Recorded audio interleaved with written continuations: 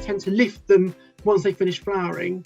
And Roofe, my dad, he tends to lay them in crates, black bulb crates, in the greenhouses, and we just bake them through the summer. They just sit on the greenhouse benches all summer long and they bake, and then they get cleaned up and then they get planted back again. Usually it'll be this December they get put back in. It must be 30 feet by 15.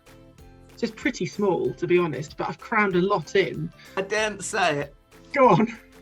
That's the size of my drawing room. There we are. There at that. My garden is the same size as your drawing room. Yeah. I've got a lovely little Deutzia here. Deutzia. And it's a lovely one called Nikko, Nikko, which I planted in Mum and Dad's front garden, must be 10 years ago. And it was bought as a little 9 centimetre square plant from our friend Richard at Witton. And I saw it and I just thought it was lovely. And after 10 years, this plant is 4.5 feet high and 4.5 feet across. I do nothing with it, and it's just it's north facing.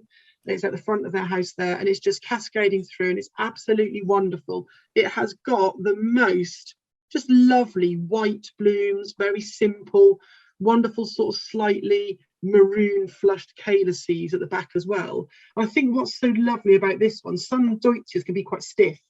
They can have quite a stiff habit. This has a wonderful sort of gently almost lax weeping habit to it, so it's lovely. If it did get out of hand, then what I would do is when it's finished flowering, I would take out a third of the oldest stems down to ground level. But after 10 years, it's needed nothing doing to it at all. It's absolutely wonderful, and it will flower for a good 6-8 weeks. I think because it's in that north spot, it tends to last longer.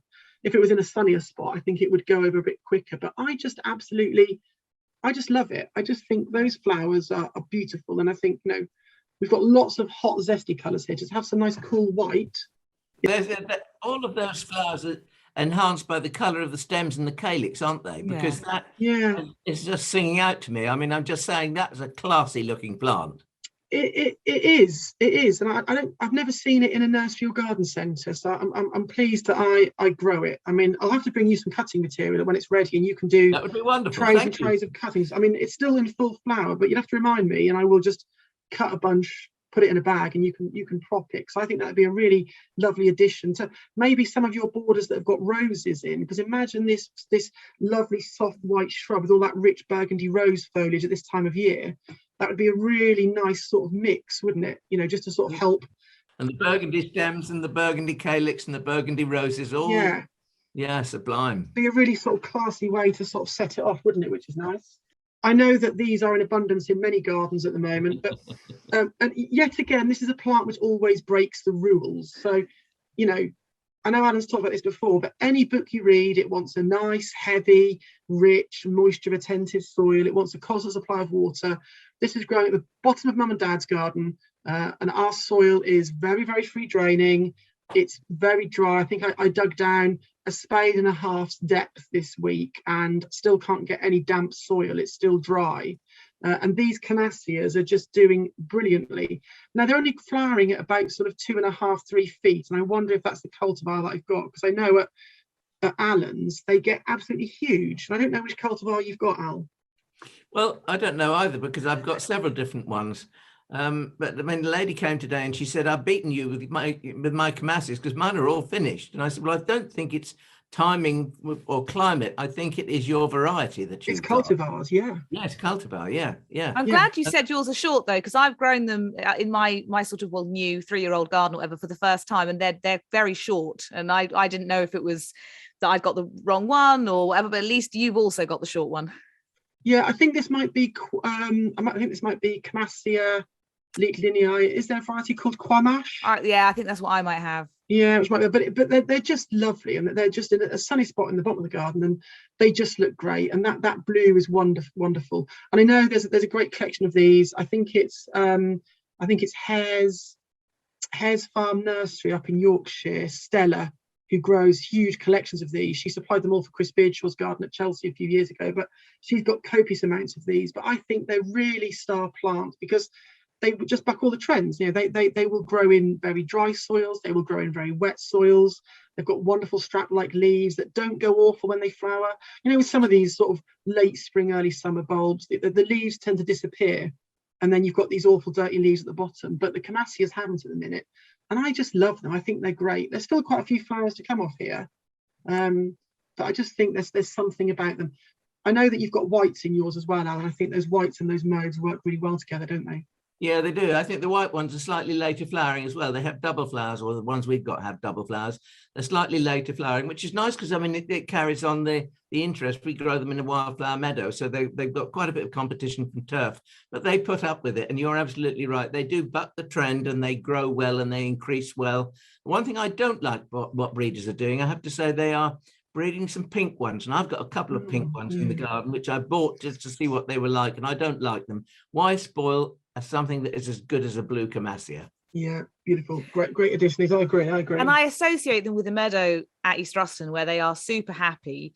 And so I think of them being in an open situation. But I think when I was at Oxburgh Hall, the National Trust property last summer, I walked sort of going to the toilet, to be honest. So I walked sort of, it's set back through some woodlandy area, and they had Chamassias sort of under tree cover, and they looked lovely in the sort of shade. Yeah. Well, that's interesting. So I've never thought of using them in shade, thinking they were sort of like a North American prairie type bulbs. That's quite interesting. It was beautiful. I don't know if they're, you know, maybe they were going to resent it and wouldn't flower long term, but certainly on that particular summer, they were looking lovely.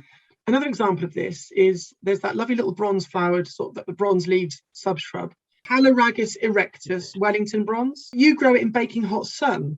Yeah, I was chatting to Pamela at Plant Heritage last week at the plant stand on the stall, and she has always grown it in dry shade, and she says it's the most wonderful ground cover clump forming perennial for dry shade, and the leaves take on a very slight green tinge with that bronze, but it does wonderfully well. Now that is a plant that I would never have thought that would have liked those conditions, because I've always seen it being baked, but yet again I'm surprised. Every day's a school day, a plant which once again bucks the trend, and dry shade is such an awkward situation sometimes, so I think it'll be definitely one to use. When we first got Haloragis erecta Wellington Bronze as a gift from the Botanic Gardens at Ventnor on the Isle of Wight. And Simon Goodenough, who was the curator of that garden, gave Graham and I a tour of it. And I said, can I try a piece of that in Norfolk? He said, you can have as much as you like of it, my dear fellow, but it won't grow in Norfolk. I rest my case. Yeah. I mean, always try, because I know we've got this changing climate. And I mean, the amounts of plants, as you know, Ian, that we grow outside in the garden here at East Ruston is phenomenal. We've always pushed the boundaries. And, you know, it gets wider and wider and wider every year. I mean, look at the, I can't remember the name, the climber from Australia, Hardenbergia violacea. Yeah. We put that outside, and it's still outside after 4 years and flowering. It shouldn't do, but it is. We've just planted some more of them in your med garden because there were some that came from a certain area. I've also planted some interesting passion flowers you had as well that we said we were going to try it in the med garden as well. And I was thinking about Acanthus sennii, that wonderful red flowered Acanthus. Now, we never thought that was going to do anything, but it's growing well in the med garden. We cut it back to a foot from the ground every winter, and at the moment it's covered in wonderful new bronze foliage, and it's looking fantastic. It's doing the same thing in the sunk garden as well. Yeah, just brilliant. And I think it's great just to keep pushing the boundaries, and if you can do it, just to try things and see how they work. I mean, you know, it won't be long, 5 years time we'll be having Ioniums outside all year because they just won't need to go in anywhere, which will be an absolute wonder. There are a couple of Aoniums outside all the year round in this garden, and they're behind that little area next to the desert where we don't quite know what we're doing with at the moment. You know what I mean? Oh, yes. Underneath the hedge where they're protected in dry soil. I mean, they have the cold, but they don't mind it. And there's Netrivaria there too. They're the ones that seeded in, because there were some Aoniums that seeded down the back there, and there was this little rash of mixed seedlings that came up. Yeah. Yeah, it's absolutely lovely. Absolutely lovely. I've got a lovely shrubby Lonicera. I know we know them for winter, but this is one that came from Tim Fuller about 10 years ago, and it's a Lonicera called Clavey's Dwarf. I suppose after 10 years, it's about 6 foot high and 4 feet across, and it's lovely.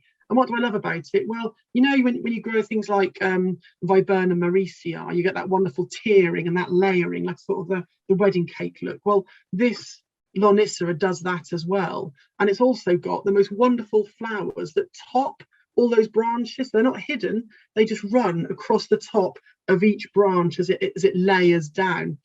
Wonderful fragrance as well, not too overpowering, because some honeysuckles can be, but this is growing in a south-facing border stuck between two glass houses, actually, because I ran out of space years ago at Mum and Dad's in their main garden, so I just started putting things everywhere. And I think the Plantsman's Preference do still stock this, but it's lovely. Also, it's got good autumn colour as well, but I was thinking it won't flower all summer. What we're in now, we're in sort of May time, so it'll flower May into June, maybe late June, and then it will stop. But I was thinking it's one of those shrubs as a prime example for a late flowering clematis, one of the clematis viticellas to plant through or something, so that once it has done its thing, you've got something else coming on through it. And it's not something I do very often, but I think I'm going to start using viticellas in these sort of early summer flowering shrubs. But it's a real cracker, Clavey's Dwarf, because the scent is just lovely. And these flowers, I don't know if you can see, I was up there close, wonderful sort of soft pinky white almost. They've got slightly darker pink throats at the bottom. But yeah, a real cracker of a thing. And it's got a very nice light to have it. Yeah, what I was going to say, I mean, some of it might be ready now, so I'll see what I can do. If not, yeah, very soon. But I think definitely one, you could definitely add that to your collection, Roll. That would be very lovely. Absolutely lovely. And the great thing about adding late flowering clematis over early flowering shrubs is, of course, that when the clematis are finished, you can cut all the top growth away and clear it away from the shrub and just leave the shrub in its pristine beauty to do its stuff early next year before the clematis takes over again. Yeah, I think that's great, because you're not left with that awful issue where you've got lots of tangled stems. You've got to try and negotiate while you maybe try and prune this honeysuckle. I mean, I've not pruned it at all in the 10 years it's been there, but once again, thin out a third after flowering if you're worried that things might get a little bit out of hand. And once again, I've never seen any garden centre or any other nursery apart from the Plantsman's Preference, and it's a cracking thing. It really is. Right, couple more shrubs just to talk about, if that's all right. Yeah. I've got I'm sure I do this every time on this time of year, but I always have to talk about this Cornus. I always have to, because you know the Chinese dogwoods are just absolutely wonderful. I know that Mr. Gray's got quite a few of these. He's got a lovely pair of one called Venus, but this is Eddie's White Wonder, which I absolutely love. And I think I have to include it every time I'm on at this time of year. And even in the autumn, I include it because it has these wonderful orb-like fruits, which have got their wonderful red finish to them. But the one thing I'm finding with Eddie's White Wonder, and I think this is one that Alan's also got growing by his potting shed, is it constantly needs its leader staking. You know, some of the Cornus produce, you know, really good strong stems, but Eddie's White Wonder is lovely, excellent blooms, but I'm always having to retie a leader in. Otherwise, so I want to get that nice sort of keep going up in those layers. Otherwise, the leader just tends to fall, and then I get lots of shoots coming out from the back of it, and then it messes the crown up. That's the one downside to it. Stunning autumn colours, wonderful, that lovely coloured banding that you get on these Cornus stems, these Cornus flowers in the autumn. And obviously, once these bracts are finished, that little boss in the middle, which is so small at the minute, will form that wonderful big red strawberry-like fruit that you get on them. And they're just such good things. I find they're a little bit slow to get established, can take 2 to 3 years to get their roots down. But once they're down and they're settled, they're very happy. I think it's just that structure they have. Once again, it's that wonderful layering and that overall structure they give to the garden. And there are so many cultivars of these available, aren't there? I mean, you know, there's China Girl, which is also very good. And I noticed that people like Nigel Dunnett and people are trialing actually coppicing these when they're young to make wonderful multi-stem sort of woodland shrubs rather than trees. There's quite a bit of interesting work going on with these in terms of their sort of how they're treated culturally to get them into sort of, you know, interesting shaped plants. So I think they're absolutely fantastic. Right, I'll just do 2 more because we're going to need time.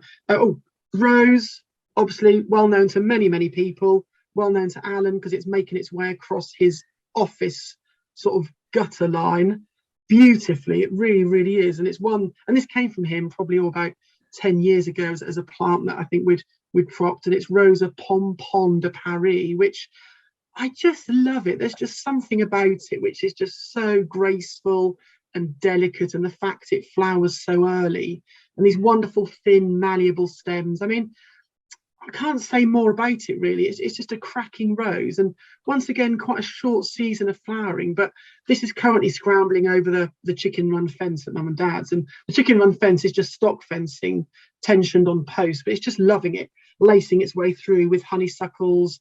There's also ribes speciosum up there. There's late flowering clematis like tanguticas. There's all sorts of things. The reason I put the stock fencing in was because A, it was economical, and B, it kept the chickens in, well, quite importantly, and C, it gave the most wonderful support for climbers to just simply lace their way through. Oh, and also chickens don't like the wind. They get their ears burnt very easily. So having lots of plants around them gives them a wonderful sort of cosseted environment. I don't know what you think, Al, but I think it's just they glorious rose. It really is. I do too. It's very strange, because people probably don't realise that chickens, in actual fact, are jungle fowl. I mean, they live in the jungle, in a forest, in trees, and that's what they like. Going back to Pompon de Paris, that's an old Victorian variety. It's absolutely charming. We've got it actually in the Californian border, and I took a tour around the garden the other day, and somebody said to me, "What's that pink flower coming out the top of that tree?" And it's Pompon de Paris that's gone up, and I think it's in an alder or something, and it's just how lovely at the top. It does have it does tend to push these straight stems up to try and find new latches, doesn't it? But you can see this one's been hanging down the way that all the blooms, but it's just such a lovely thing. I was thinking, actually, if anyone's got to sort of do things, I mean, it's an ideal rose for sort of using for wonderful table decorations or for wedding flowers, or if you want to. You could though, couldn't you? It'd be lovely. That is a great headdress, Ian.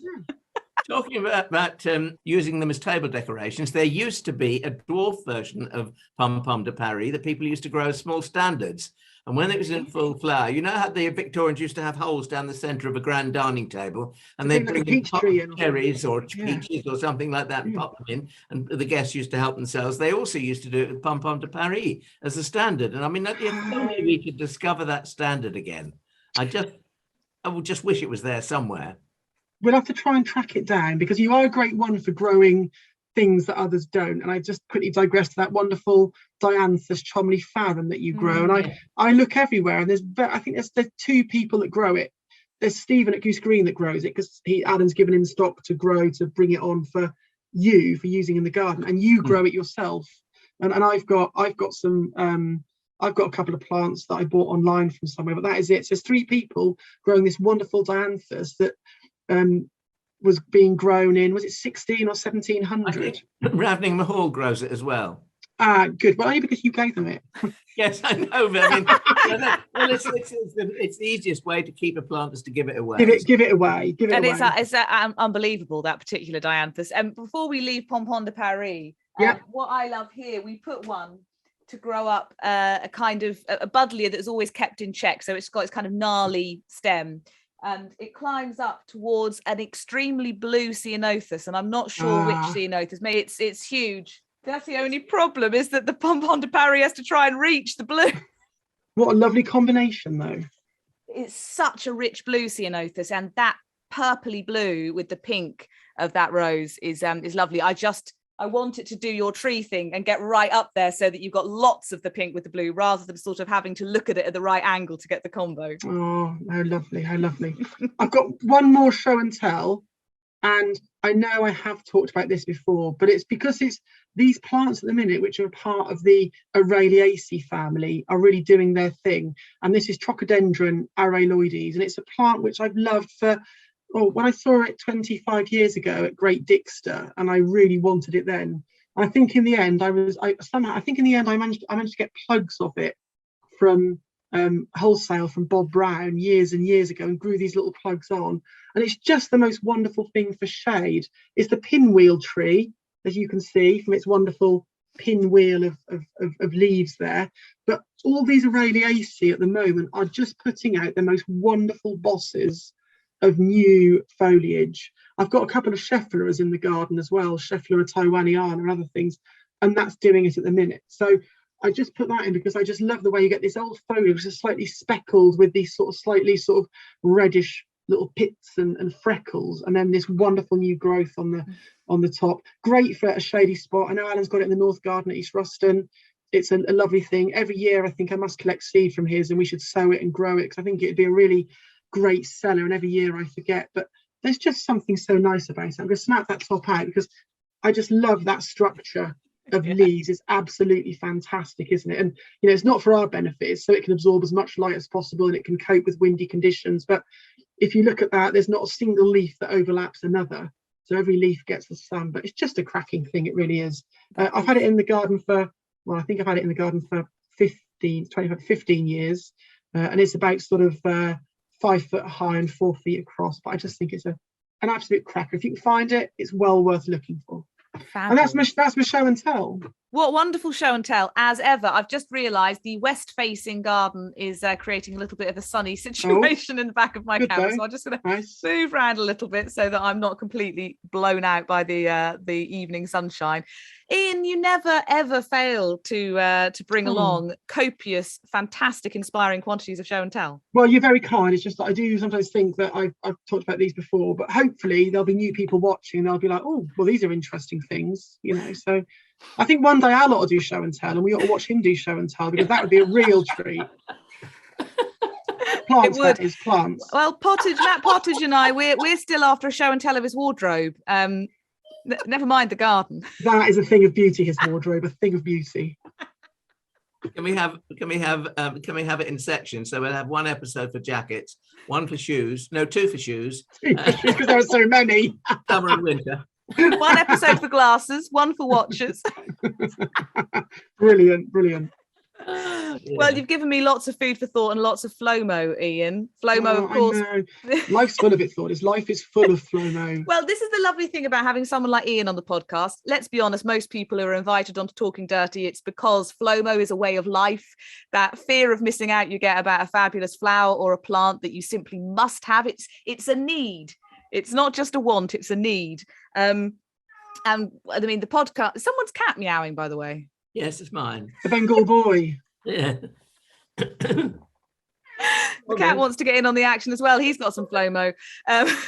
This podcast gives me a lot of FLOMO, and the world in general, and Instagram. Alan Gray at East Ruston Old Vicarage on Instagram. You have been posting, I think, more and more things. You've obviously been getting lots of inspiration from the garden. And the other day, you posted Rhaphithamnus spinosus, which was looking very nice with its blue flowers. You talked about its blueberries, and somewhere I was reading, I tried to keep the page on my phone to read Bernkoos, talking about its myrtle-like evergreen shrub, dense habit, gorgeous blue flowers, rather less gorgeous needle-like spines. I was just going to say to you, it's an absolute brute to do anything with, but I have tied it to the wall, and I did give it a nice little sort of sheltered spot, because it's sort of slightly grown over by, I think there's a honeysuckle and there's a banksia rose near it. And they do give it a lot of shelter. So we'll see whether I get berries or not. But this sounded rather good to have the beautiful flowers and the beautiful berries. The more I read about it, wasn't so sure about the spines, but I did have instant FLOMO when I saw it on your Instagram. So that was something I registered recently. Ian, where are you at with your FLOMO? Oh, well, it's a never-ending list.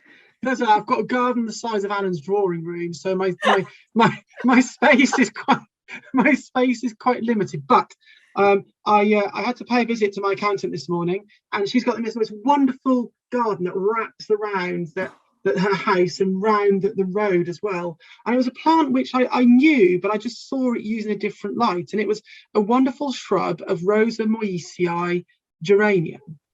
It has those wonderful, lovely sort of flagony hips on in the autumn, but it was in flower with its rich sort of carmine burgundy flowers, which were gorgeous.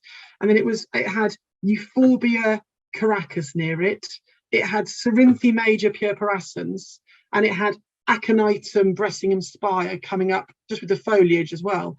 And I just saw it with those plants. I just thought, I need to plant more sort of these wild shrub roses, because I say I've run out of space here, but there's still a couple of acres at mum and dad's which I'm gradually sort of planting up with shrubberies. And I thought, how nice would it be to plant some groups of really old shrub roses, just let the grass go quite meadowy around them, cut it back once a year, maybe add some bulbs through as well for plant for the autumn, ready for the spring, and just let these roses. And I think maybe it stems from when I was at Sittinghurst and saw them sort of growing out in the orchard, these old roses with the sort of meadowy grass around them. And Rosa Mariesii geranium is one that I'm definitely going to get a few of and plant a group of them. So I think it's a plant which I've overlooked, and actually would be a great one to have. I tell you what, she's a spiny little devil. Yes, she looked like that when I walked past her. Yeah, It's a spiky Flomo today. Can I ask Ian, did you have anything to do with this garden you've just been talking about? No, I didn't at all. Because this sounds like a plantsman's garden. Well, no, I mean, Frances has got some lovely stuff growing. She's got all wallflowers which have seeded about, Cerinthe which has seeded through as well, alliums. She's got areas of roses. She's got Trachycarpus palms in there as well.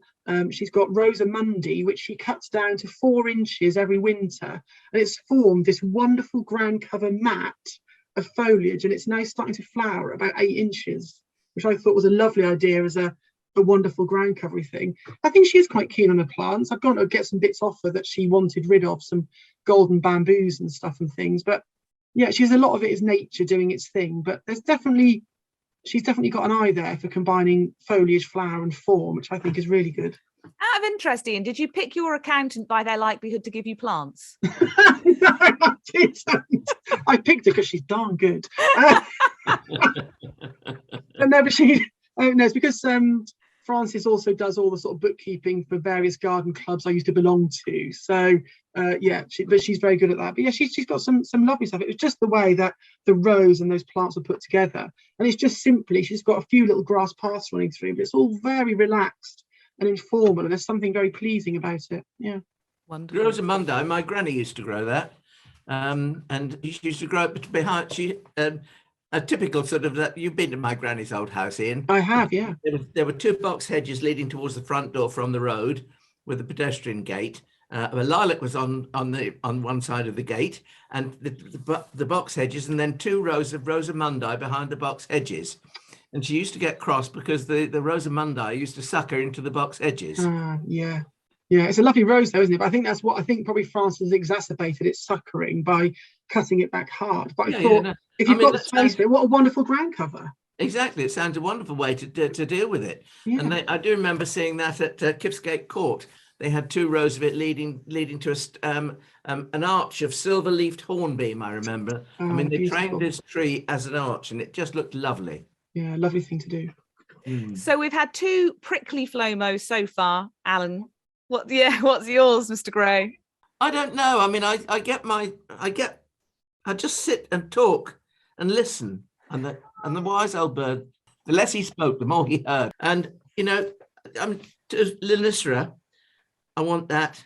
Clavey's Dwarf, Deutzia, Nikko, both of those I've written down. I mean, they just seem to be such good plants, and I'm wondering why we don't see them if they're such good plants. I mean, Ian's grown them, and I suspect the reason is because they need patience to start with.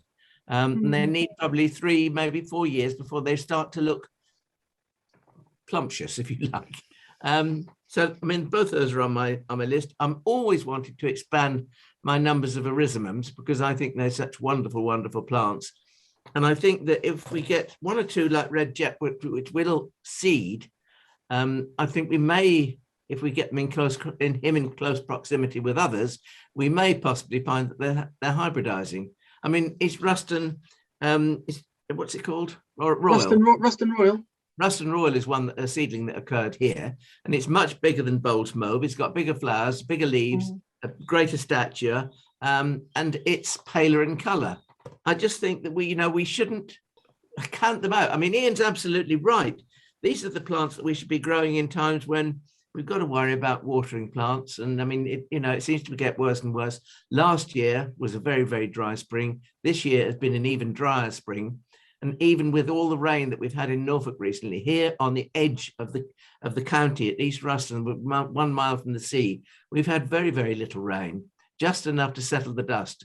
It's not enough. No, and I've been in Norwich a lot more recently, and whenever I speak to my other half, if it's raining here, it's not where I live, which has been terrifying while I haven't been there to look after my garden and look after the pots and things. But, certain parts of the garden, like Beth Chatto would always say about her garden in Essex, just so little rain. Even if other parts of the country are getting rain, it seems to miss us.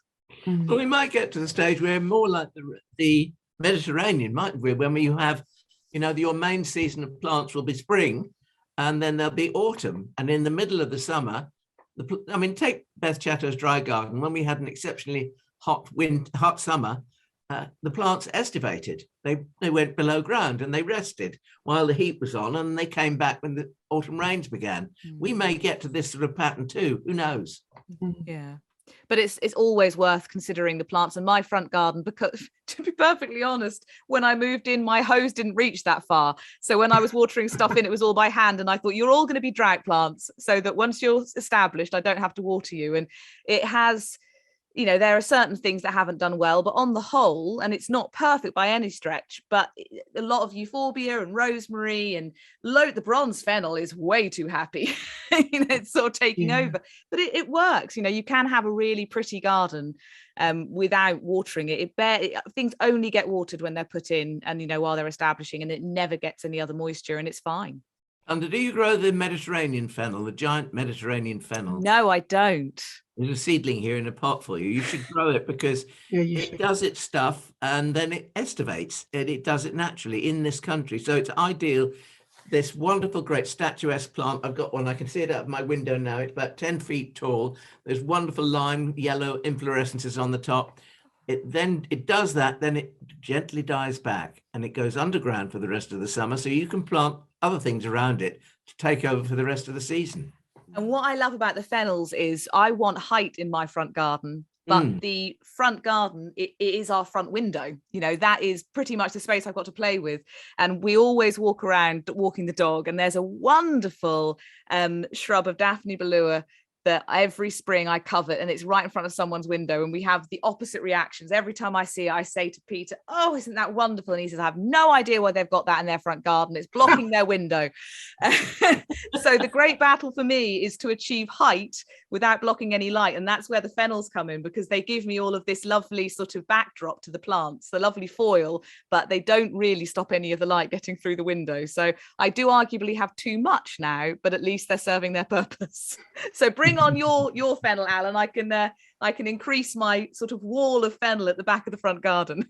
Well, only if he promises to marry you. I'll let him know. Or I'll tell him, if he doesn't marry me, I'm going to put a Daphne in front of the front window. Just block the whole lot off. Or maybe 3, who knows? Ian, we mustn't leave it too long before you come on again. It is always the most joyful experience. Thanks ever so much. You're lovely, you two. It's a pleasure working with you as always. And you too, Dimple, you know that. I mean, I have to say that Ian is, I do see Ian a couple of times a week. And I mean, we have a cup of coffee together and it's, hello, you're right. Yeah, I mean, you're all right. Yeah. You know, and then suddenly something will trigger between one or either of us about plants. And we start talking about plants, and it is just so, it's life enhancing. I just love it. It's lovely. I'm very lucky as well. I'm very lucky to be able to do that. It's a real honour. There's gardeners up and down the country that would love to have a coffee with Alan and discuss plants. So I feel very honoured. No, there are. It's true. You know, there'd be people that would queue up for that. Never mind FLOMO. I'm having FOMO. Next time, count me in. Sandra, there's always a little list of jobs as well. It's not all sweetness and light. Don't you worry. It's a time of compromise. Can I just add one little thing to that? Ian says that it's full of jobs and everything else. The other day he came in, we were having a cup of coffee, chewing the fat, talking about plants, and he said, anything you want done? And I said, yes, and I reeled off a list, and he's writing them down. And he said, and for the afternoon? We love it. We absolutely love it. We're in tomorrow, actually, emptying tulip pots out, getting ready for summer plants. That's going to be interesting. Well, enjoy. And until next time, happy gardening. Thanks. Take care. Bye. Everybody. Bye-bye. I'm sorry it's 4 o'clock on a Sunday. I know I'm quite awkward for doing these. I do apologise. You are awkward, but we love you, so we're very happy to be around you. You are awkward, Ian. I just telephoned Graham, said, just to let you know I'm starting my podcast. Oh, we're not having tea then? Bear in mind the tea room shuts at 5. Oh, no. You do own the place. On the top then. I mean, there's no hope of Alan getting to tea, but I suppose we can proceed as if there is. I did that just to make you feel guilty, really. Well, I have a guilt complex, Alan. I don't need help feeling guilty. Yeah, no, me too. You've got 2 very guilty people here. Right, let's go. Haloragis erectus, and yet again it's back to East Ruston, but it grows in the desert. But Haloragis erectus, that's the one, isn't it? Haloragis. Yeah, Haloragis, I think. Haloragis. Oh, Graham's brought tea in, look. Oh, he's such a, I'm he's sorry, such a Graham. romantic. I'm so Such a sorry I've romantic. ruined tea. I'm sorry. Sorry, Graham. Down here, look. Just a hand. I'm Hello, Graham. sorry. Oh, isn't he lovely? Thank you very much. That's very kind. I got a piece of cake as well. What have you Well, got? you tuck in. Coconut raspberry slice. Ooh. Very nice too.